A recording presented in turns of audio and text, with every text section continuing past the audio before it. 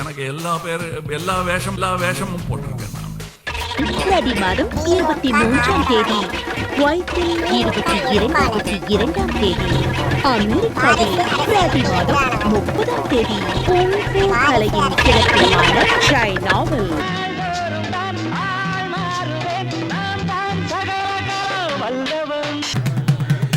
எத்தனை ஒரு பஞ்சாயத்தடா முடிச்சு பஞ்சாயத்துக்கு குஞ்சாமி எல்லா வேஷமும் போட்டிருக்கேன் நான். இந்த குடும்ப அரசியல் நம்மளை விட்டு போகாத போல் இருக்கு, போகணும் என்பதுதான். மையம் துவங்கிய காலகட்டத்துல குடும்ப அரசியல் தமிழ்நாட்டையே குடித்தோண்டி புதைக்கிறாங்க திமுக சொல்லி எதிர்த்து அரசியல் ஆரம்பிச்சீங்க. இன்னைக்கு உடனே எடுத்தேம்பாரு ஓட்டம். எப்படி உங்களோட பதில் எழுது? நாட்டுக்கு தேவை, அதனால் வந்திருக்கிறேன். உனக்கெல்லாம் மானம் சூடு சொரணை ஈனம் எதுவுமே கிடையாதா? சோறு தானே திங்கிற?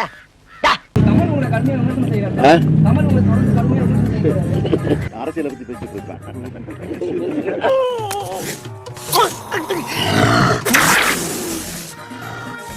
எல்லா வேஷமும் போட்டிருக்கேன் நான். கமலஹாசன் மாநிலங்களவைக்கு செல்கிறார் என்பது உறுதியாகி இருக்கிறது.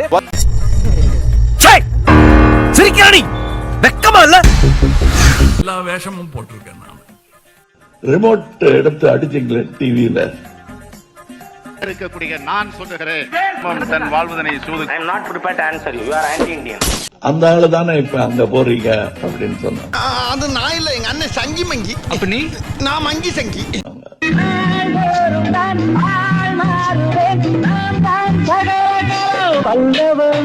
இதை நான் போன வாரம் என் பொட்டாட்டி மணியில 8 பேர் உட்கார்ந்தாங்க. இப்படி சோறு திங்கிறதுக்கு எவ்வளவு மானம் கட்டு போய் தெரிய வேண்டியிருக்கு தெரியுமா? பேசுறாங்க பேச்சு. ஐயா, நான் இனிமேல் எரிஞ்சா என்ன, வச்சிருந்தா என்ன,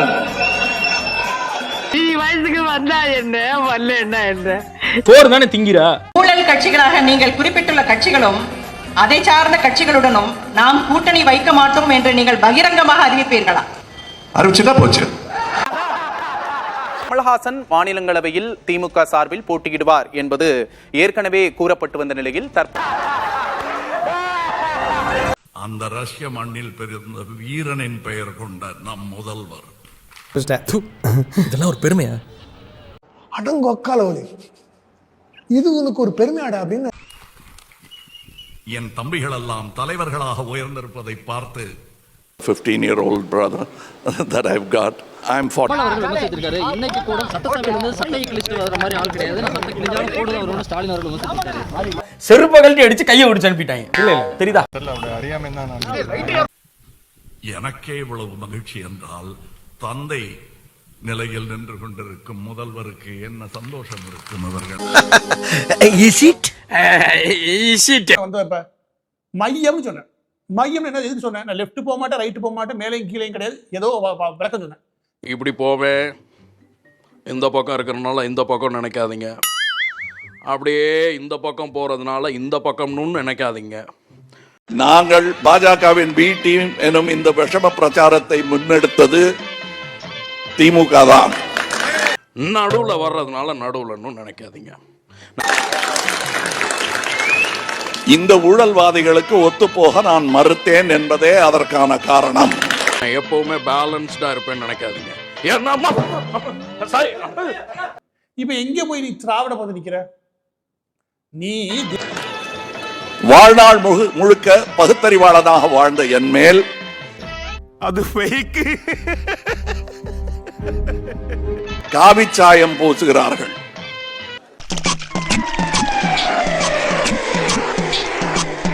நான் நேர்மையில் குளித்தால் காணாமல் போயிடும் அந்த சாயம் எல்லாம்.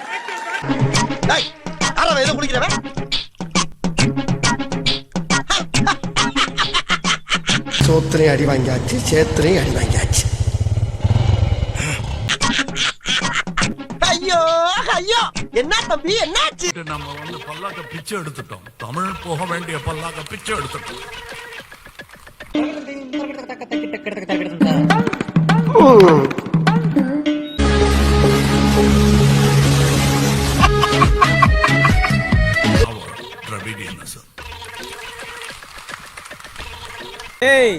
எனக்கே விபத்து அடிக்கலாம் பார்த்தல நீ. அவங்கள சொல்லி முடிச்சாச்சு.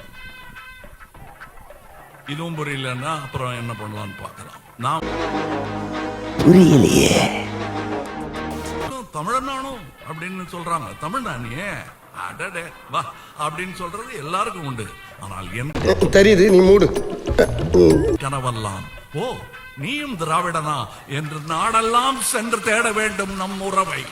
ஒரு பெருமையா பாஸ்? எனக்கு பெருமைடா எருமை.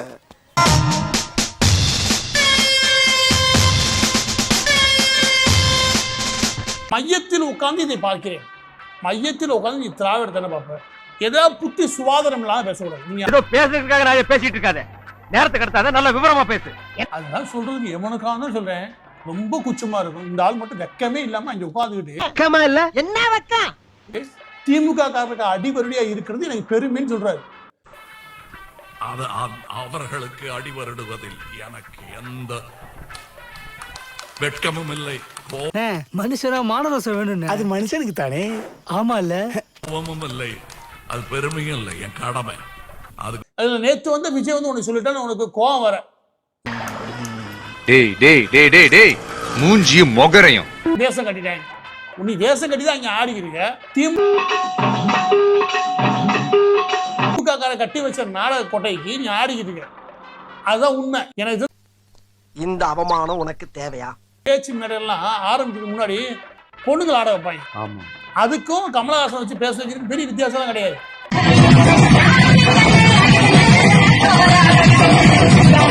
எனக்கு பெரிய வித்தியாசம், அந்த பொண்ணுங்களுக்கு இவனுக்கு பெரிய வித்தியாசம் கிடையாது. இவருக்கு என்ன சூடு சோர்னு அஞ்சு நிற்கிறாரு. இல்ல விஜய் வந்து எதிர்த்து பேசிக்கிட்டு மனுஷன் அவங்க ஒரு ஈவிரக்கம் இல்லாம நடந்துக்கிறாங்க. மேடையிலே பேசும் சொல்றாரு, தலைவர்கள் இந்த மேடையிலும் இருக்கிறார்கள், அங்கிருந்து வருவார்கள். வாய்ப்பில்லை ராஜா. திமுகவுக்கு தலைவர்கள் எங்கிருந்து வர மாட்டான். கருணாநிதி குடும்பத்துல இருந்து வருவான். இது உனக்கு தெரியவே தெரியாது. கமலஹாசன் கேளுங்க. ஏயா கமலஹாசா, திமுகவுக்கு தலைவர் அங்கிருந்து வர முடியாது, இங்கிருந்து வர முடியாது. செனடார் சாலைக்காக அங்கிருந்து வர முடியும். நான் பார்த்த பிள்ளைதான் என் தோளுக்கு விழுந்த தோழனானா இன்று என் தலைக்கு மேலே வளர்ந்த என்னை தலைவனாக நான் ஏற்றுக்கொண்டிருக்கிறேன். இது என்ன பிரமாதம்? இது விட பெசலைட் ஒண்ணு இருக்கு. கூவுடா. எனக்கு ஒன்றும் அதில் வெக்கவில்லை. வெக்கமா இல்ல என்ன வெக்கம்? முருகன் கலைஞர் மந்திரி சபையில் இருப்பார், தளபதி மந்திரி சபையில் இருப்பார், நாளைக்கு உதயா மந்திரி சபையில் இருப்பார். எனக்கு ஒன்று கவலை வரல. இதெல்லாம் ஒரு பெருமையா? கருணாநிதி குடும்பத்துல இருந்து அது ஸ்டாலின் குடும்பத்துல இப்ப வர முடியும். மன்னராட்சி ஆகி போச்சுரா. என்ன பண்றது? மன்னராட்சி கொண்டு வந்துருவோம். நீ ராஜா, நான் மந்திரி, அப்புறம் உன் புள்ள ராஜா, என் புள்ள மந்திரி, அப்படியே பரபரப்பா வந்துருவான். எவனாவது கேள்வி கேட்டாங்கன்னா உள்ள முடிச்சு போட்டுருவோம். இது உனக்கு தெரியவே தெரியாது. அங்க உட்கார்ந்து ஏதோ வசனம் பேசிக்கிட்டு ஊரை ஏமாத்திட்டீரா. மோசக்காரா ஐயா, எத்தனை பேரை ஏமாத்துற ஐயா? கொஞ்சம் இருங்க. இப்படி ஒரு புலம்புல இருக்கு. நீ இந்த அரசுக்கு வராம இருக்கலாமே.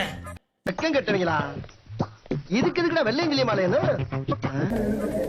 ஆமா, முந்தி சொல்லுவாங்க land of the rising sun. ஸ்பெல்லிங்க மாத்திட்டாங்க. இப்போ SUN இல்லைங்க, SON. மானம் கெட்ட அயோக்கிய பள்ளிலாம், குழப்பத்தை புழுத்த வழியலாம். இதில் நேத்து அரசியல் வந்து விஜய் மீது 1000 விமர்சனம் வைக்கலாம். ஆனா ஒன்ன மாதிரி இல்ல, ஒன்ன மாதிரி ஒரு கேவலமான பிரிவு கிடையாதுல்ல. உட்கார்ந்திருப்பதை பார்க்க வைத்ததற்கு நன்றி. அதை பார்த்து வழுகிறேன் மையத்தில் நின்று. நீ நிக்க வேண்டிய இடம் எது இல்ல, போய் கக்கிசிட்ட போய் நில்லு.